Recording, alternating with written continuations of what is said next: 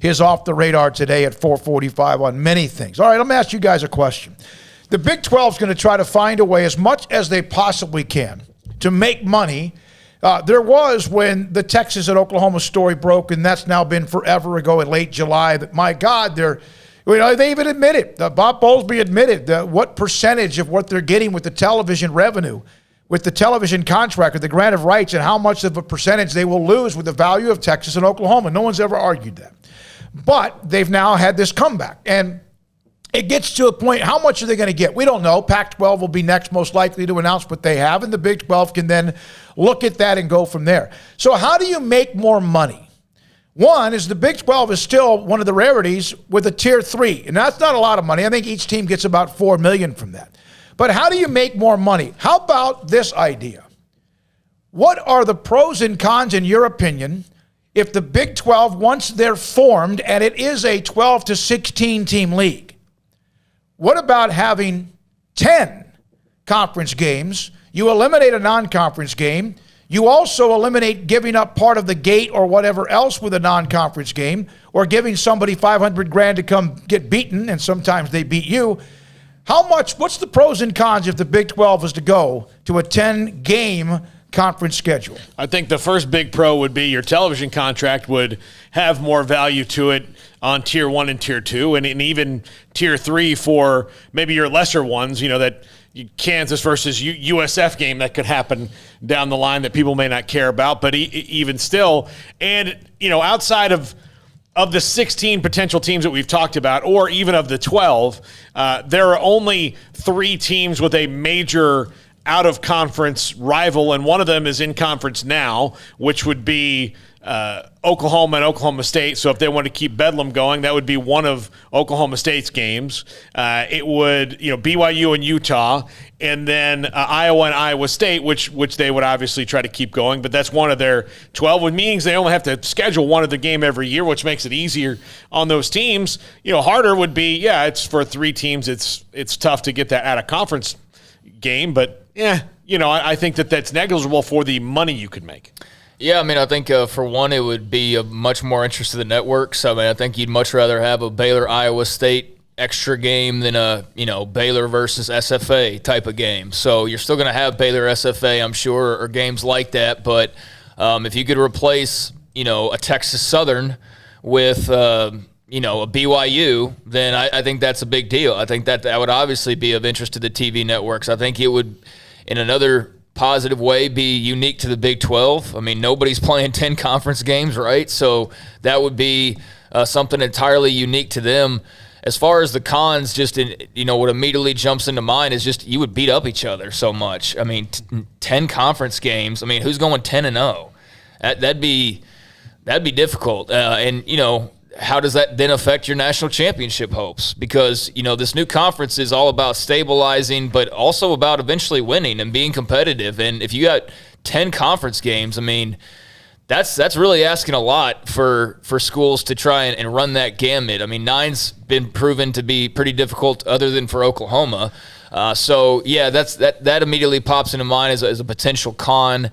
And I do think that, I guess with having so many teams, you wouldn't be seeing the same teams over and over and over again. But I do think there is some uniqueness to that non-conference schedule and being able to have the ability to have those outside Big 12 versus ACC or Big 12 versus SEC. So I think if you'd only go down to 2 non-cons, there should probably still be some type of a mandate of having to play a Power 5 level opponent. But I think if you're going to be in the college football playoff, those days of playing, that's a given. Yeah. But then you're making your entire schedule harder because usually everybody has 2 mulligans. Well, now you'd have just one.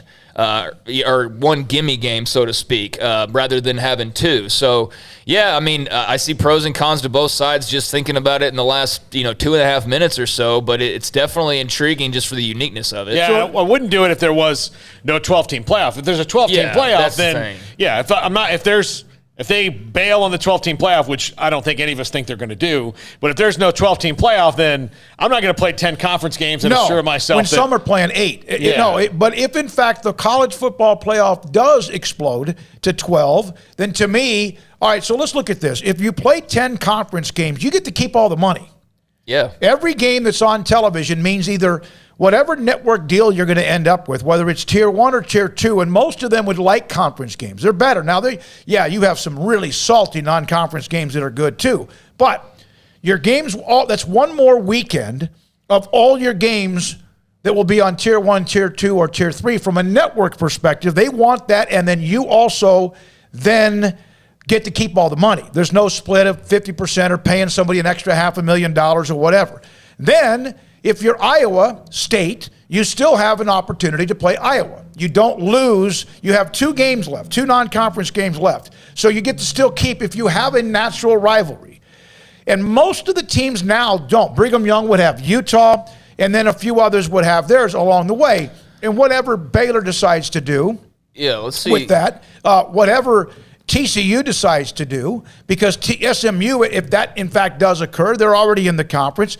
So Houston's already in the conference. So you have some, like Texas Tech has been playing Houston. Now the Oklahoma and Oklahoma State game, we don't know what the future is of that. It's hard for me to imagine that game would not continue, but we lost the A&M and Texas game. We know that, when egos and hurt feelings and all that other stuff got involved. Yeah, looking at it, I mean, Baylor doesn't have a non-con rival. Not one that you just every year you're going to play. Yeah. They don't have anybody. Oklahoma State's obviously got Bedlam, so they would have that. Iowa State's got Iowa.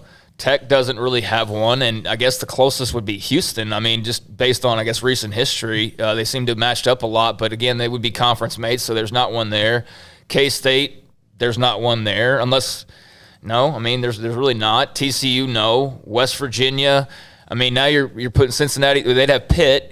Pitt could potentially be like their big non-con game if you wanted to just focus in on West Virginia. Pitt, yeah. That's what I mean. West Virginia. Yeah, I'm sorry. And then Kansas, no, not really. So, I mean, it's about half and half there, but it's an intriguing idea, and the money part would obviously be a positive as well. If that's something the networks indicate that they would be more intrigued by, then yes, certainly that's another big positive you would put in that side. I think there's probably more positives than negatives, but it is interesting. 10 conference games. It just sounds daunting, right? It just sounds kind of daunting in the grand scheme of things, but it's only one extra game technically. So the games would stand out unless, again, you have some of those long-time great rivalries. And right now, Oklahoma and Oklahoma State is a conference rivalry, which is about to change. And it would probably make for a more interesting race, although, you could run the risk of like having a team win the conference by like 4 games, potentially if they were really good. But at the same time, like you look at the current race right now and think about if you were to add one more conference game to the remaining 5 that are out there, that's another opportunity for, Texas to stay in the mix. Or if Baylor were to lose this weekend, they wouldn't be completely ruled out. They'd still have 5 more games to go. So, yeah, I mean, that could be helpful. All right, so what if you're Kansas State, and Iowa State? All right, they do recruit Texas. Not a lot, but some of them more than others, right? Even though Kansas, even when they've recruited Texas, we know the story, it hasn't always worked out. So if you do this, and you're those teams, Kansas State, and Iowa State, you're like, wait a minute. You have all these new teams coming in from Texas with possibly, we know Houston's coming in, and maybe the SMU as well. We want to kind of have a little bit of that chunk of Texas. We still need to be seen down there. And if they're in the other division, because there would be 2 divisions, they need to be able to be seen in Texas, right? So if you have an extra conference game, then you also then have, like what the SEC has done, a constant crossover game, whoever that might be. Now, I think you need to rotate that. But let's say Kansas State, and Iowa State will rotate among the schools in Texas to keep their eyeballs on their programs in a state that's so fertile with talent. Yeah, and I think... And I know that gets complicated, just a thought. But I do think that 10 conference games, if you get to a 12 or even 16 game, especially if you get to 16-team league... the one thing that, the SEC can, brag about having 14 teams, but, when does Florida play A&M? They've played them twice, in the 10 years. So, when has A&M played Tennessee twice? It's not. Like LSU has Florida as their crossover game, I think it is. Yeah. And Alabama's had what? Is it Tennessee or whoever? Yeah, I think. And sometimes it can, A&M has South Carolina. Yeah. Who cares? Yeah. It's not. I mean, it's not ever going to be a rivalry, A&M and South Carolina. So I mean, I say it's not ever, but it's No, they've tried and it just doesn't work. A lot of things would have to happen over 50 years for it to be a rivalry. So, it would allow you to, and look, the SEC should do this too when they go to 16 teams, is move the schedule around. There's no reason to have it, rotated. Oklahoma and Tennessee play each other the first 2 years, and then 16 years later they see each other again. And there's got to be with algorithms. And we'll let Hayden Bumpus handle that. He can handle the algorithms for us. But here's a couple of comments from the text line. Also, I put it up on the website, Sikkim365.com premium section, and a bunch of you are hammering away. We appreciate it on the chat room as well. The number to call, 254-339-1122. Our